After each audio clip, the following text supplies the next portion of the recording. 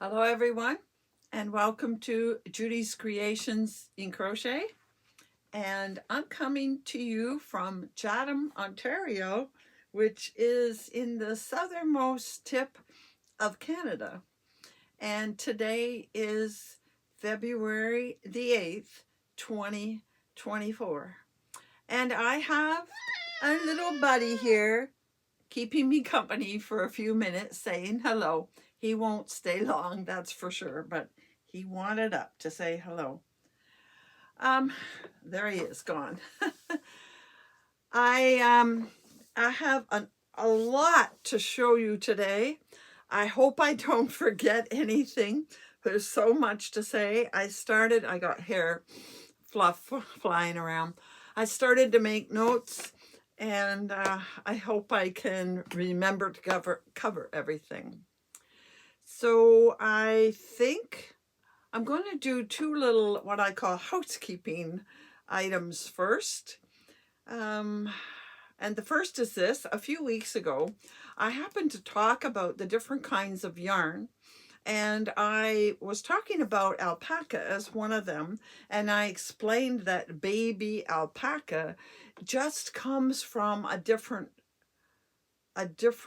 place on the alpaca. It does not come from the babies. And one of my viewers, Hannah in Austria, I don't think you mind me mentioning this, she actually buys alpaca. I'm sure I'm talking about alpaca. She buys alpaca in a dyer from somewhere near her in Austria, and I actually looked the company up. I won't be buying because it's too expensive to bring it overseas. But the interesting thing was they had a picture, and I'm going to put the picture up in front of me, fill the screen so you can read it while I'm talking. So here's the picture. And I thought this was an interesting picture because it shows the different areas on the animal where the different grades of yarn come from. And you can see up at the top behind the neck is the baby alpaca, and the other areas that tells you how many microns they are. And the higher the number, I understand, the better the quality, or possibly the softer the actual alpaca is. And I just found it kind of interesting, and I thought it would pass it on to you. So once again, reinforce that baby alpaca does not come from the babies. That was the first thing I wanted to mention that I had forgotten when she told me. The other thing I don't want to forget is, as you know, last week I was really very happy to see that my numbers had climbed up over 1,200 subscribers. And do you know that as of today, when I'm taping, which is a couple days before you see this, I'm up to 1,240. It just keeps amazing me. The subscriber number is growing, and that pleases me very much. Not because I'm trying to hit a magic number, not because I'm trying to win any kind of contest. It just, I came on here for community as well as showing, yarn and finished objects, but the community was the biggest push, and the community has proved to be absolutely wonderful. And I was so taken aback by the appreciation and love they have shown me. I said last week I wanted to show some love in return. So I did a draw last week for it's too far back there, but for my mohair shawl. And here is the winner, and I'll fill the page with it again. And the winner was Carrie Alfieri. Um, I'm so happy for you, Carrie. Congratulations. Carrie lives up in the Toronto area, so one of my Ontario followers, and she's been with me quite a long while. So I have your address already, Carrie. You've won something in the past, so I have your address, and I'll be sending this on to you in the next few days. Sorry I don't have it to show again, folks, But I think every now and then in the future, I am going to use an item I've made as the draw rather than yarn, just for a change. So let's talk about what I'm wearing, and that can lead into finished objects. So what I am wearing is called the Jazzy Barista. It's one of the few things I made with tassels. I'll put it up so you can see it. This is made with Sparkle DK, at least the purple is Sparkle DK. I'm thinking the gray is Sparkle DK as well. I know I have made more than one of this, at least two, if not three. I had this as an item on my Make 9 a couple years ago, and liked it so well, I made a second one, and the second one was in, pretty sure it was in Oasis Fingering. I will link the pattern below, and this is interesting, exciting news. I heard Shandy talking today, and they had discontinued their Sparkle DK, which is a base that I really love, and I do still have a fair bit of it, but they had discontinued it. And then she remembered they had two patterns coming. You know how they give a free pattern every weekend you can get from their site. If you don't belong to the newsletter for Expression Fiber Arts, I strongly recommend you get on their newsletter, because every Friday they give away, well, they have, that you can get on their site, a free pattern. And it usually lasts a couple of weeks. And they try to alternate. 1 week is knit, 1 week is crochet. This happens to be one of their crochet patterns, and I have a lot of their patterns, and I got them all free. But anyway, she remembered they're bringing out some more patterns using the Sparkle DK. And in fact, one of them is coming out this Friday using Sparkle DK. So they are bringing the Sparkle DK back. So if you have missed out on getting their Sparkle DK, or you didn't get very much and you'd really like to get it, or you want to try it for the first time, they're going to, I know, put it out on Friday when they release that new pattern. And always when they release a new pattern, they put a special on getting the pattern and getting the yarn at a discount. The yarn is almost always offered at a 15% discount. So if you're on the newsletter, they'll tell you about the pattern, the yarn, and the discount. And the pattern coming out is a knit one this weekend, and it looks like it has the word escapes me, maybe it'll come back. I want to say braid. I'm not sure, that's not what you call it, but you know how it twists.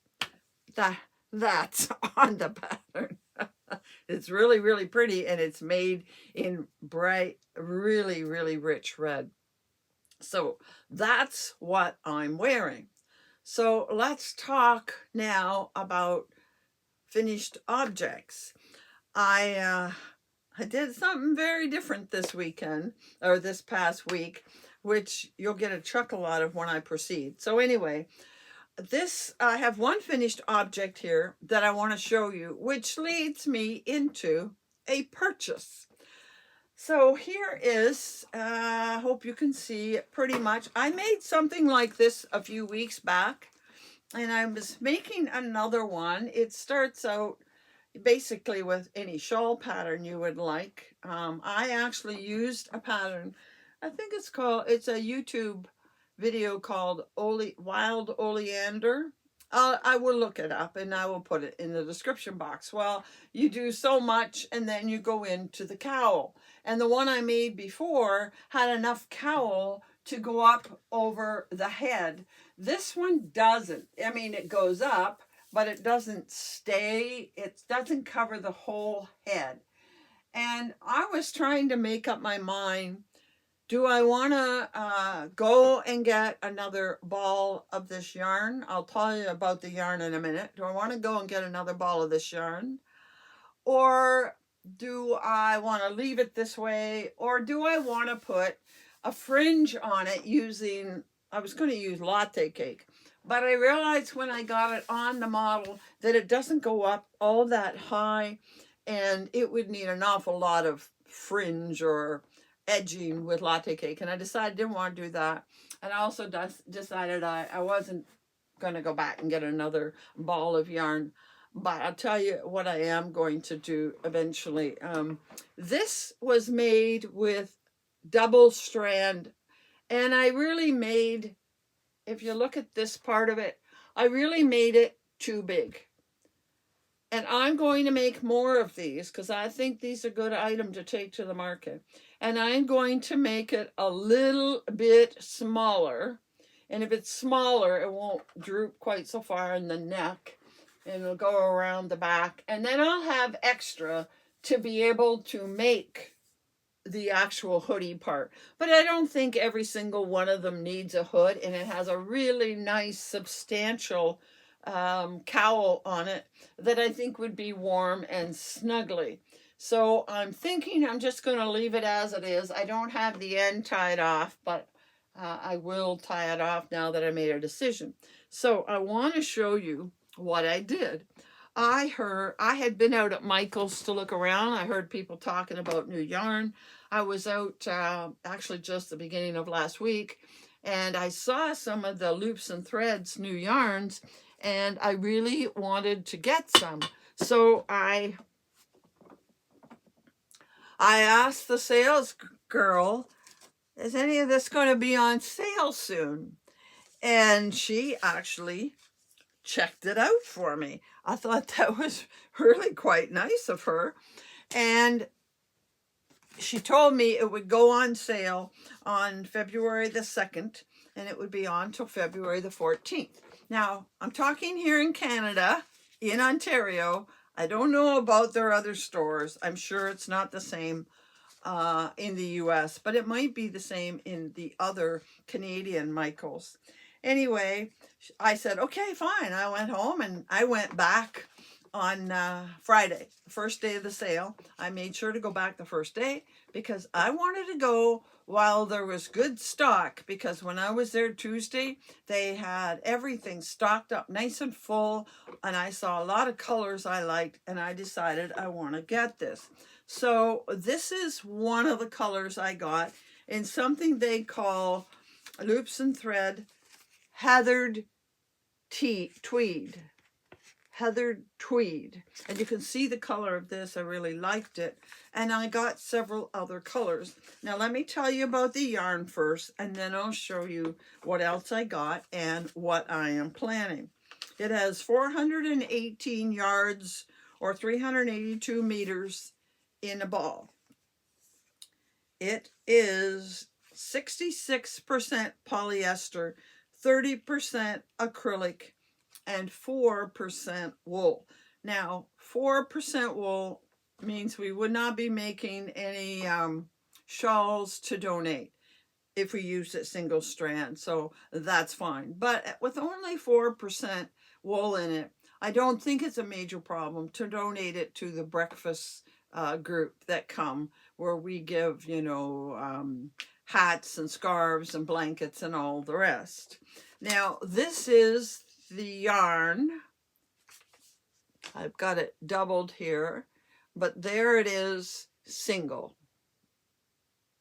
So you would make a shawl single and 2 balls would do it. But like I said, these need to be heavier, so I doubled it. And it really is nice. This is considered to be a number 3. So you put 2 3s together. To me, I guess they say it's a number 4, but to me it's a heavy 4, heavier than most 4s. So that is what I made with this color, 2 balls, and I had this much left over, which wasn't enough for another round. I had tried it and it didn't go far enough. I might change my mind and get another one, we'll see. But at this point, I think I'm going to leave this one the way it is. But I got some other colors that I want to make the same thing with. And by the way, these were These were $7.99. No, they were $9.99 on for $6.99. $3 a ball off. $6.99 in Canada, that's a good price. So I also got this. I'm only going to show you one ball of each. I also got 2 of this, and I think it'll make another one of these. This time I will make it a wee bit narrower, because this comes right down like to the waist. And I don't think it needs to be that big. I can take one repeat of 4 rows off, even maybe 6 rows off, and that'll give me enough to make the hood. So the next pair of balls, I'm going to make it a little smaller and make a hood. And I think it might be enough, but even if it's not, I will put 2 rows of white latte on it, just that would go around the face at the very top of the cowl. So I'm going to do that with this one. And then I'll know if I've made this small enough just to give me what I need to get extra on the cowl to make a hoodie. So that's one color I got. I also got this color, and again, I'm going to make the same thing. But if I find in making that gray and white one that it's not quite enough, I will buy another ball, and maybe at that time I'll buy another one of these. We'll see. I have, it's only till the 14th, so I only have one more week to decide, will I make another one in that week? Chances aren't good, just because I have so many other things on the hook. Wait till you see what I'm doing. But anyway, they'll always have this, and I'm sure Loops and Thread will have a sale again. So I really, really like that. I thought that would make a good neutral again. So those are the ones I'm going to make these other. Then I got 2 more in this color, and I'm going to keep it single-stranded, and I'm going to make a shawl. I could maybe donate to the breakfast group. It has 4% wool, and that's my problem.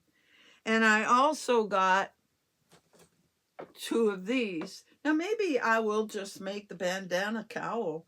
And I got 2 of this. I really, really like this color. So those are all the ones I got that were on sale there. And then on my way out of the store, they had one more on another rack, you know, sitting in the middle of the aisle, and I grabbed it. They only had one, and it was cheaper. It was, no, I think I have them backwards. I think these, yes, these were on, sorry. They are $9.99, but they were on for 25% off. So that means they were $7.50 a piece. So $15 to make one of those. I didn't think it was bad. They were $7.50 a piece, but they had one more, and you know I would like that color, and it was marked on sale for $6.99. So I grabbed it thinking I could make a scarf or a lightweight cowl, whatever. So I did make and finish that. And I will probably make the others fairly soon. But you know how you get sidetracked. The best of intentions don't always happen. But I did buy something else, and this was $9.99 on for $6.99. So $3 off these. And again, loops and threads. And let me tell you about it. This is the number 3. Yeah, those were 3s. And quite honestly, this number 3 and that number 3, not the same. That is heavier in my books. This is not. And this is, see this? And this is thinner and softer, sort of silky. So let me tell you about it. There's a teeny bit more, 426 yards, 390 meters.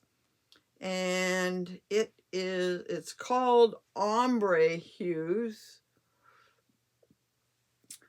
And what's it made out of? Here it is. 79% polyester and 75, sorry, 75 polyester and 25 acrylic. So this, we have absolutely no problem with donating it. They had lots of pretty colors. I wanted to get them all, but I said, you know what, one at a time. We will get 2 of these to make something, and we'll see how the others work and go from there. So I did get 2 of these. Maybe you can see some of the color. It's mostly pink, blue, and mauve. Maybe an orangey-ish color there. I got 2 balls and I started working with it. Now, I had a plan. My plan didn't work out quite the way I wanted to, but I have started on the first ball just barely, and I am making Ophelia Talks reading shawl again, but it isn't quite the same as the original. What I had in mind was to do what I call the granny merge, and the granny merge starts out with granny type squares, and then it does solid double crochets for, you might do 3 rows of each or 4 rows of each. I have done many granny merge shawls in the past. The pattern comes out from Fiber Spider. It's a tutorial on YouTube. But like all shawls, it comes down in a V. And I really love the shape of the reading shawl that has 3 sides with flat on the back. So I thought, well, I'll just start out the way she does with what would be the solid part, and then I will put in the granny square part. Well, obviously I didn't have the patience to stay and stick it out, but in order to get these corners right, it doesn't quite fit the numbers along the side.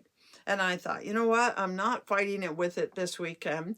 I'll do it another time. And in fact, what I might do next time is start with the granny merge from Fiber Spider. And when I get to his corners, I'll adapt his corners to make 3 sides rather than 2.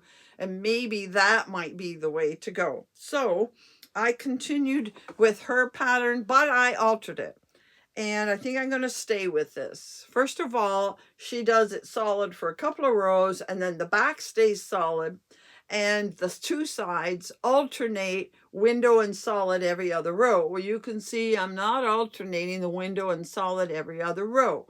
And in fact, so I'm doing a 4-row repeat. I'm doing solid, cross stitch, solid, window, and then going back. So I don't know if you can see, I did a cross stitch row there, and these are that are plain cross stitches. The next time I did the cross stitch, maybe if I turn it this way you could see it better.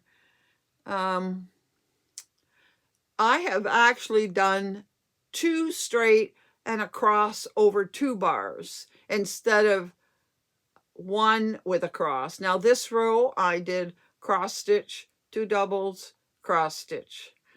But this row I did 3, and it'll all depend on the numbers. I'm hoping the next time, like 2 rows, we'll get to windows again, and then another cross stitch. And I'm hoping I can do it with the 3, solid, solid, and cross, or straight, straight, and cross. But you can see on the sides, I'm trying to do something just a wee bit more to make it a little more interesting than window, solid, window, solid. So that's how far I've gotten with this yarn. And I have to tell you, I really like this yarn. I showed you the ball a minute ago. And in fact, I suspect if I find the time before the 14th, this is the 8th, so I have a week. If I find the time, maybe next week, the first of the week, I might go out and get the other colors. They had one that was sort of a white green ombre and a white peach ombre. a brown one. I think they had a white and gray one as well. This really feels heavenly, and we can donate it to the senior center as well. So you can see that I have started. This is one of my whips from last week, or this past week, during the week. But that's not the only whip. You're going to see other whips as we progress. So, by the way, I forgot to mention, if I seem to be, hey, you're walking in my yarn, buddy. Okay. If I seem to be lower, it's because I got a new little table here to put my stand, you might say, to put my camera on, and it seems to be a little bit higher, and I can't make the chair any higher than it already is. Okay, so that's my Michael's purchase. 2 kinds of yarn. I only bought 2 balls of that one type, and I definitely want to go back and get more of that. Now, the next thing I want to talk about is the mal that I'm working on with Gina. And a few things I want to say before I start showing you. Just let me get a drink first. A couple of things I need to clarify, I think. And then I'm going to show you. We're talking part 1 of the mal this week. Things I want to clarify. You may make 1, you may make 2, you make 1 of each. You can make however many you want. It is the finished objects that we, Gina and I both, want a picture of. So when you are complete, and if I might ask a favor, if you're doing more than one, I think it would be easier for us if you waited, say if you're doing 1 crochet and 1 knit one, could you wait until you're done both of them and send a picture of both of them in the same email and send both pictures to both of us. We are both going to make a list and cross-reference each other to make sure we have everything. But if you send multiple emails, it could happen you could get overlooked, or we could miss one of yours. I know some people are going to actually do 2 crochet ones. I suspect from what somebody's saying, they're going to do 2 crochets and try to do a knit one as well. I think they're finding the pattern straightforward enough that they want to make more than one. And that is fine. You make as many as you wish. We don't need pictures of part 1, part 2, part 3. The place to put your pictures of your progress is in Instagram, Ravelry, or Facebook. Now, this really pleased us. There's been a little bit of motion in Ravelry. There's been a little bit of movement there in Instagram. But we are super pleased with what's happening in Facebook. We have over 50, I don't know, it was 52 or 54 people have joined Facebook already. I'm sure there will be a few more when they hear about this, or they take the time to get started and then decide to join. I had somebody just join this morning. And people are showing their pictures and commenting on each other. They're showing pictures of the yarn. They're putting up several colors of yarn and asking for help to choose. They're showing the progress. Somebody ran into a problem and asked about it. And in fact, there was a mistake in the crochet one, and somebody contacted the designer and she released an update of the pattern. So it is correct now. And it was a stitch count, the right number of stitches across if you follow her pattern. So it's amazing and it's wonderful to see everybody, coming together in Facebook and sharing their progress and talking to each other and getting feedback and getting questions answered. And that is great. That's really what we hoped would happen. So, for those of you that are on the social medias, you have seen, I said I was going to start with my minis, and I showed the box of mini skeins that I had. And for those that were with me last summer, I opened a mini box of an Advent mini in July. And it was minis that were only 10 grams. And I worked with them, and I made one version of the crochet one already. And I'll tell you what I did. I, first of all, made it narrower. Instead of being 80, mine is, I think it's 44. I don't know how I got that number. I just did it. It was the right width, I thought, for a scarf. And I started at the first end, which was black. Now I doubled the black. I did 2 strands all the way through. I doubled the black, and I didn't do any marling. I just went to the next color, which was the gray. But partway through that gray, I dropped 1 strand and I added in the other gray. I'll turn it sideways. Then I think you can see where I dropped a strand of gray and I picked up a strand of pink and went to the end when the gray ran out, and then I did double of the pink, and then I dropped a strand and picked up the variegated pink, and I played it out to its end, and I continued that way. So there was no rhyme or reason for how many rows I did of everything, or how much everything wasn't the same. I didn't measure to drop a strand at the same time I dropped it in another color. I just dropped it as I felt like it. The other thing is, I started, as she said, with the 2 solids, 2 open windows, 2 solids.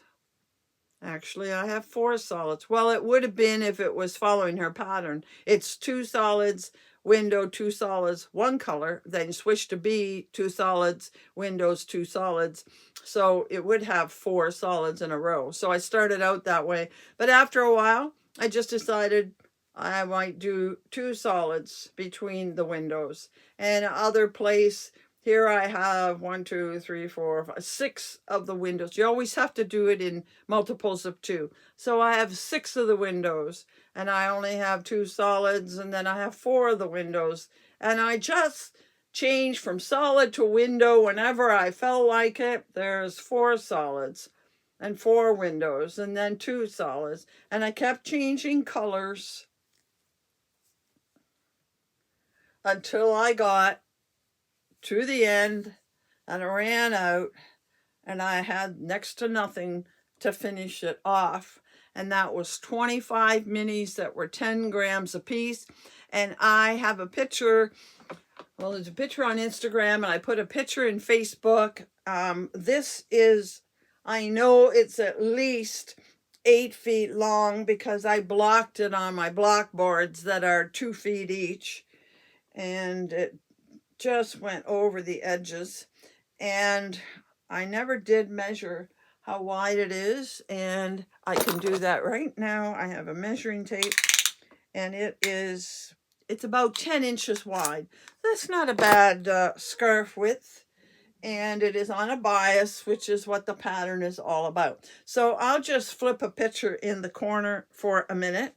No, you're not coming back up. So I finished one version of the mal. I'm going to talk more about the mal, but just before I do, I want to show you that I had shown these 3 colors that I had chosen. Remember, I went out of my comfort zone here and started this, and this is the right size. It is the exact same stitches that she calls for. Getting a little bit tangled. I started it last night, and I've gotten this far. So I have 1, 2, 3, 4. 1, 2, 3, 4. I thought I had 5 done. I'm in the fifth section. There are 8 in this part 1. I think I'll probably sit down with it tonight and finish off. I didn't put a stitch holder in the end there, and the last couple of stitches are coming out, but that's okay, I'll fix it. So I have started on this. So are you making note? I have started this, and I will work on some more tonight. Then I have something else. I have started this. Stay tuned. And I know a lot of you said it's out of my color, but you know something? I don't mind this. This looks nice. These two colors look good together. I have a bit of reservation about this last one, but it's what I chose, and I'm going to put it in there.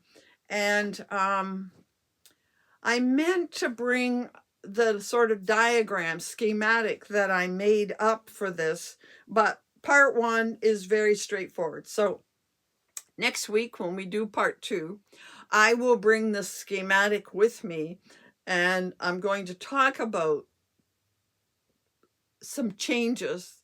Not many. I want to stay fairly true to the pattern so you know what should happen. But there's two small changes. I want to put an end on it. She has it very open, all of these open at the end in that third color. And I might shorten it a bit and put this color on the end. I just want to be sure to end it with the same that I'm beginning it with. You don't have to, but I want to. That's one change. And I think there's one other small change I will mention. But we'll talk about that in part two. What I wanted to talk about in part one is getting you started in case you have problems. I'm concerned about those that may not be completely sure about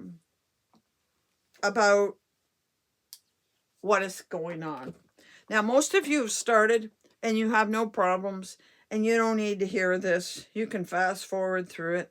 But I'm sure there are some people that might be new crocheters, might be following a pattern for the first time. And by the way, I did hear somebody say that they are following a written pattern for the first time. I know a lot of you watch tutorials, so this is a really good opportunity to learn how to read a pattern, because it is not that hard. So I did a little what I call swatch here, and I just did a few rows going down, as they said, and then you go back by going a double crochet in the fourth chain from the end. Now, the first thing I wanted to point out to you, and I think I can do it on this one, is when I do my first row, and you do not have to do this, but when I do my first row, here's a row of chains. Well, if you turn it, instead of going back along these open chains, if you turn it over, see the bumps? I think you can see these bumps on the back. I do my first row of crochets into the bumps all the way along. I think you can see those bumps. I do that on purpose. It slows me down a bit. See those bumps on the back? I go into the bumps.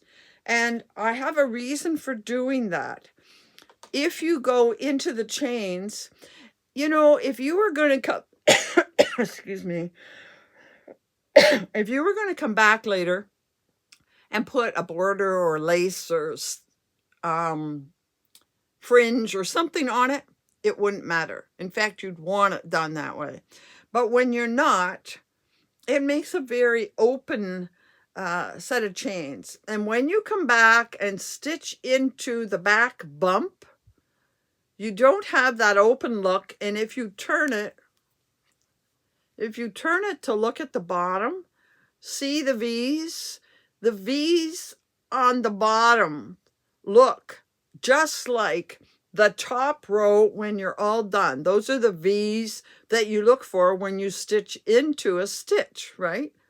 You look into your V's of the previous row to make your next row of stitches. Well, you get that same finished look of V's on the bottom if you do your first row into the back bumps. And you don't have, I'm sure you've seen what chains look like. If you work into the chains, you have a very open looking chain there. So that's one thing I like to recommend to people. If you haven't done it this time, obviously you can't change that now. And maybe you'll go and put fringe on the end of it. You know, you might do something with the end. But that's what I do when I start something that I want a dressy look in the end. Okay, so now I've gone all the way to the end. I didn't realize how high I'd be sitting here. It's going to be hard to show you. And I have to assume, because nobody has said anything, and you all know that there's probably a dozen YouTube tutorials about how to do double crochet 2 together, which is what you have at this end, double crochet 2 together. Now, I wanted to talk about the next row, because there was a question about it, and there's 2 things on this row I want to point out to you, okay? So, on the next row, the first thing you have to do is chain 2. So, you don't need to see me chain 2. I'm going to chain 2. Now, when you turn it, I don't know if I can get this so you can see it. It's too far away. When you turn it, it's still.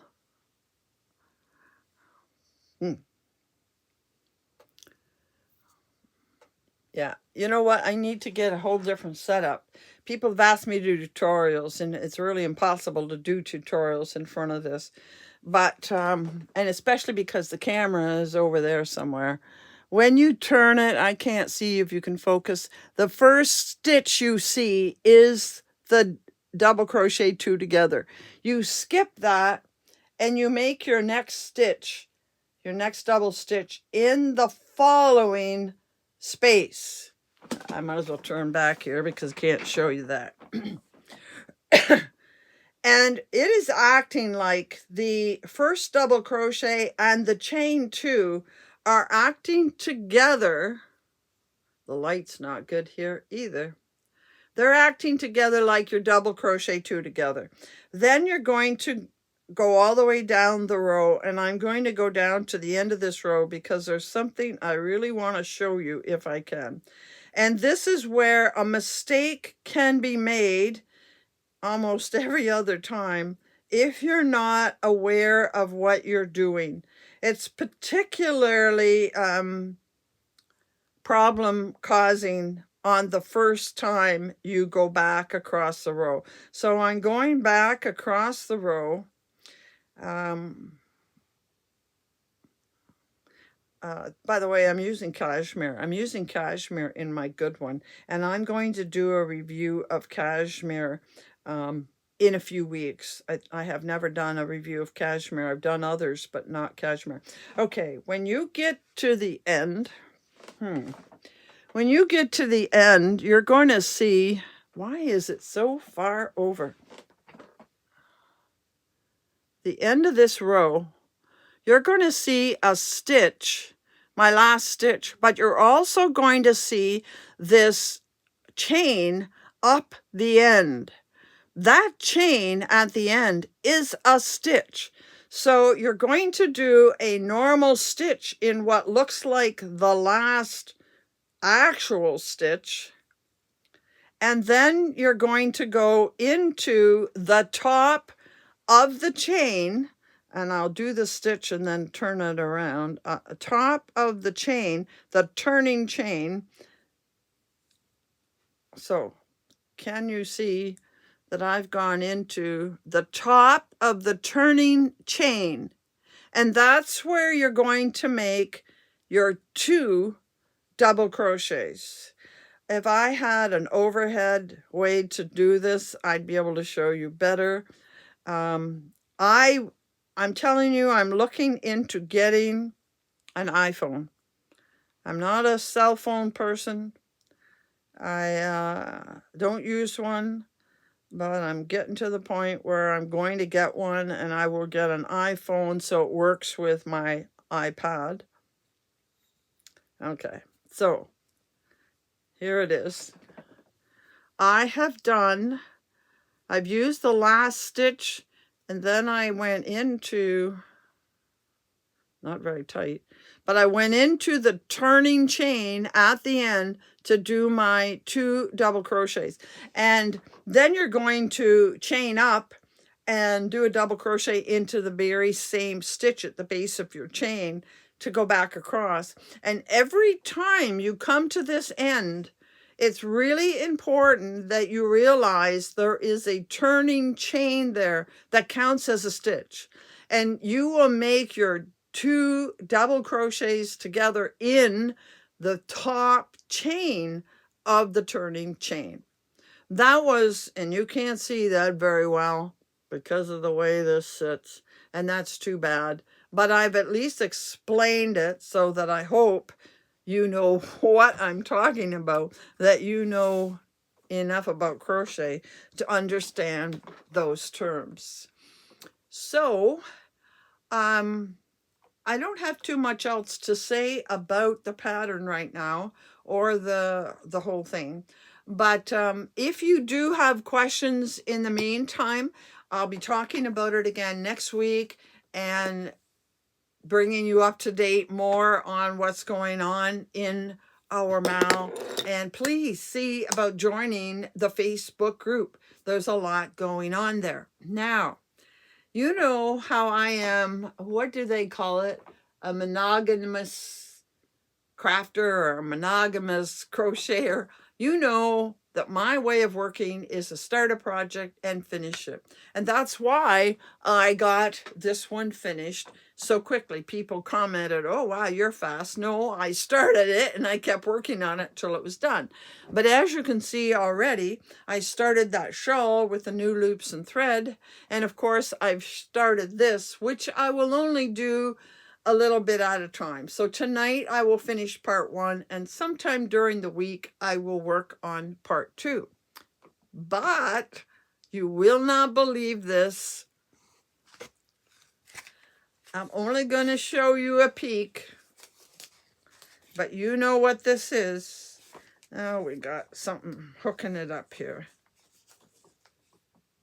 I have started on my project for the tropical bird. You can see the yarn I showed you all wound up in a cake now. And I got started on the pattern to see if I was going to like it. And I am happy with how it's progressing. And I might finish this before next week. And then it will be done and I can concentrate on our combined mouth. So count it. I have 3 whips on the hook. And here's an interesting thing. Every single one of them is using this hook, which is my Leto hook, and it is a number 4. Yeah, it's a number 4. So I can just go back and forth between them using the same hook. Not my usual practice. But anyway, that's what I'm doing for the next week. But yeah, that does not happen too often. Okay, I said I was going to talk about, but I changed plans here. I said I was going to talk about my subscriptions this week, but I knew before we got here that I would not have the time to talk about my subscriptions. And that is a topic for next week. I will be talking a little bit about our Mal, and then I will talk about the subscriptions. And by then, I believe I will have my yarn from all 4 of them so we can do a comparison and I can talk about it. But I really wanted to show you the yarn I got from Michaels. And by the way, I do shop Michaels sometimes. I don't always buy luxury yarns. But I do have one acquisition, and we'll make it relatively quick. I have been eyeballing this yarn from Arcane Fibers. I have bought from them before, And I had been eyeballing this yarn, and I think he said it was on the going out, when it was gone, it was gone. I think that's what he said. So I just had to get it. I, at one point, will have stitched with Arcane Fibers yarn, and I will do a better review. Today, I'm just doing a quick show. Arcane Fibers, they do fingering, DK, worsted, and bulky, I believe, are the weights they do. Nothing fancy. They are all merino nylon. This is an 80/20, and this is the one I wanted to get for quite a while because it's my kind of color, as you can see. I really, really like it. It's called Winter Wonderland. And at the same time, I heard or saw people opening this other. I thought it would go with this, but I will not be putting it with it. And it's the same thing. It's one of their tonals, and it is called Midnight. I thought it would be more of a navy, and although it has navy in it, it also has, at least here, it looks like it has a bit of a teal look in it.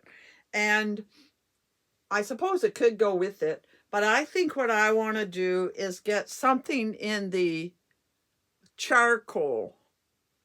Charcoal, it even looks like it could be purpley, but it is a charcoal. And I think I might put a charcoal with it. Or if I have a different navy that's more what I call navy and not on the teal side, I'll put it with it. But anyway, I love the yarn. It feels heavenly. And I have a whole section building up here of Arcane Fibers. And one day I'm going to do a complete review on his yarn. So that's everything I had to show you. I'm surprised I got through it all. I think I remembered everything. One thing I forgot to tell you, but I can tell you now before we go, something else that I'm very excited about. Here in Canada, well, first, let me back up. How many of you have ever heard of or gone to or seen fiber festivals? I see various YouTubers going to them. If you follow Needles at the Ready, they go to quite a few. There's a lot on the Eastern Seaboard. I follow one lady, I don't even remember her channel name, in the UK, and she's gone to a couple and taken us there to see them. There are a lot throughout the US. In fact, if you follow Jackie from Crochet HD, she went to one in, was it Louisiana, or did she go to Mississippi? I think she might have went to Mississippi. But anyway, she went to one fairly close to home and told us about it. Well, I am very, very excited to see that there is going to be something close to me. My friend and I talked about going to one in PEI, but it turned out, well, first of all, it's very expensive to go that far, and it turned out it wasn't a very large show. They only had like maybe 20 vendors, and they weren't all yarn that were going to be at it. So we talked about going to Edmonton, and there is a sizable one in Edmonton. I think they have over 50, maybe even 60, and they do a fashion show and some other things. And we thought, well, we might go there. Well, then we kind of lost our interest. And then we heard that there is a group called Knit City. Knit City Vancouver has run for many, many years. And Vancouver is about as far away as we could go in this country. So we weren't planning to go there. But I think it was 3 years ago, they had their very first Knit City Montreal. And I was kind of interested in going there. It is a fairly long train ride. I'm not thinking, maybe 10 hours on the train. There's no way my friend and I would drive there. And then I heard last summer that they were going to move Knit City Montreal to Knit City Toronto. Well, I heard it wrong. Montreal is staying in Montreal, and it was very popular, and they had vendors and people there from the US because Montreal's on the St. Lawrence River, so right across the border from Americans. Well, now they're going to have one in Toronto. And Toronto is a big city, a big center. It's the capital of Ontario. It is large. It's right on the lake. And it's still traveling distance to some parts of the U.S. You know, if you go around the lake across at Buffalo, I think they can do it in 2.5, 3 hours. But I have a lot of followers in Toronto. And a friend, Bonnie, you've heard me talk about Bonnie, who always participates in the monthly thing and helps with our donations. Bonnie and I are making plans to go to Knit City, Toronto, which is going to be the weekend of May the 17th, 18th, and 19th in Toronto. We have our tickets to the Fiber Festival and we have our hotel booked. Tomorrow I'm booking our train, which is a 3.5-hour drive for us on the train. And I'm letting you know, in case you live somewhere in Ontario close enough, that you would consider going to it. And here's the best part. We got an email just last week saying they have over 100 vendors. I think when I looked, it had about 106 vendors. That's a lot of vendors. And they are promoting it as their biggest event ever. So I'm just telling you about it now in case you want to go, you want to, check it out and book your tickets and whatever ahead of time. You don't want to wait till too late. Those that live in Toronto could make a day trip out of it by going on the subway or the GO train or just driving there, depending on where you are.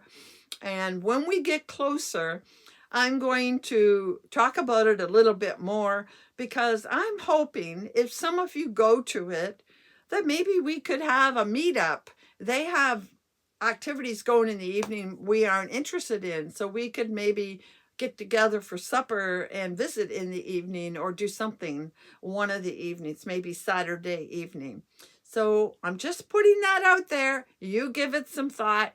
Maybe you'll want to join in the fun, because I know I have about, maybe half a dozen followers that are in the Toronto area. I have a few that are beyond Toronto, some getting closer to Ottawa, and I'm thinking, is that a 4 to 5 hour trip from Ottawa? Four, I think. And I have some that are in Sarnia, and again, they're about the same distance from Toronto as I am, just a little different direction. So that's what I'm planning to do. I'm pretty excited about it, and I definitely will be taking pictures and showing them when we come back. And I just wanted to put it out there in case some of you are interested in taking it in. So next week, we will go on with part 2 of our combined mal between Gina and I. And next week, that won't take as long. And I'm really hoping to talk about my yarn subscriptions. So I hope you come back to hear about that. And until then, happy hooking.